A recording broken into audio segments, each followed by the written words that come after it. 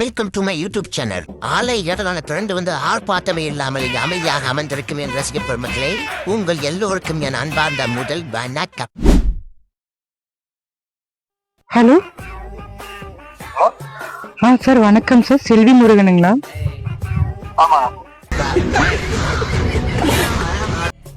Sir, அந்த லோனை பத்தி அம்மா கிட்ட பேசியிருந்தேன்.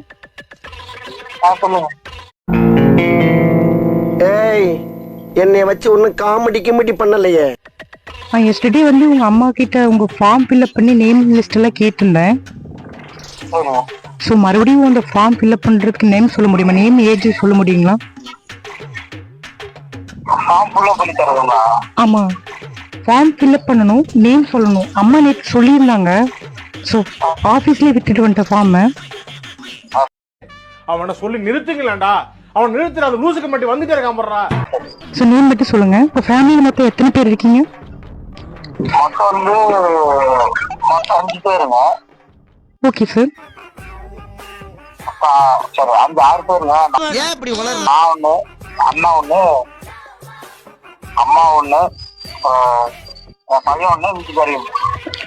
Okay sir. சார் நேம் மட்டும் சொல்லுங்க. ஒரே நிமிஷம் பெண் எடுத்துக்கிறேன் சார். வெயிட் பண்ணுங்க. ஆளை பார்த்தா டம்மி பீஸா இருக்க, பயங்கரமான ஆளா இருக்கேடா. சொல்லுங்க சார். அம்மா நேம் என்ன சார்? செல்வி. செல்வி. செல்வி முருகன் தானே? செல்வி முருகன். Okay sir. அவங்க ஏஜ் எவ்வளோ சார்? வயசு என்ன? வயசு என்னங்க? 53ஆமா. Okay sir. சார் அப்புறம் சார் உங்க நேம் சார்? என் பேர் பிரசாந்த்ங்க. பிரசாத். Age sir? 29. அப்புறம் சார்? மாரிச்சாமி. மாருச்சாமி. Age sir? ஆமா, வயசு என்ன உனக்கு? 31.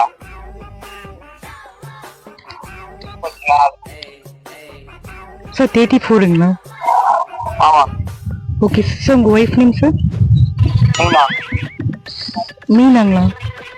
ஆமா. சார் எஸ்டர்டே ரோசின்னு சொல்லியிருந்தாங்க. ரோசி தானே? அவங்க ஏஜ் சார்? 20ங்களா? Okay sir. இது என்ன பிரமாதம்? இது விட பெசலைட் ஒண்ணு இருக்கு, கூவுடா. சார் குவாலிஃபிகேஷன் வேணும் சார். குவாலிஃபிகேஷன் வேணும் சார். என்ன படிச்சிருக்கீங்க? 9th முடிச்சிருக்கேன். Okay sir. உங்க அண்ணா சார்? 10ங்களா? Okay sir. சார் உங்க வீட்டில் sir wife sir? College second இயருங்களா? Okay sir. சார் அம்மா வந்துட்டு நேற்று மென்ஷன் பண்ணும்போது நீங்க சிவில் இன்ஜினியரிங் முடிச்சிருக்கேன்னு சொல்லியிருந்தாங்க. நீங்க டிகிரி முடிச்சிருக்குதுன்னு சொல்லியிருந்தாங்க. தம்பிங்களா? Okay sir. உங்க ஒய்ஃப் வந்து பாத்தீங்கன்னா பிகாம் முடிச்சிருக்குன்னு சொல்லியிருந்தாங்க. அவங்களும் டிகிரி கம்ப்ளீட் பண்ணியிருந்த மாதிரி சொல்லியிருந்தாங்க. ஸோ எதை நான் மென்ஷன் பண்ணி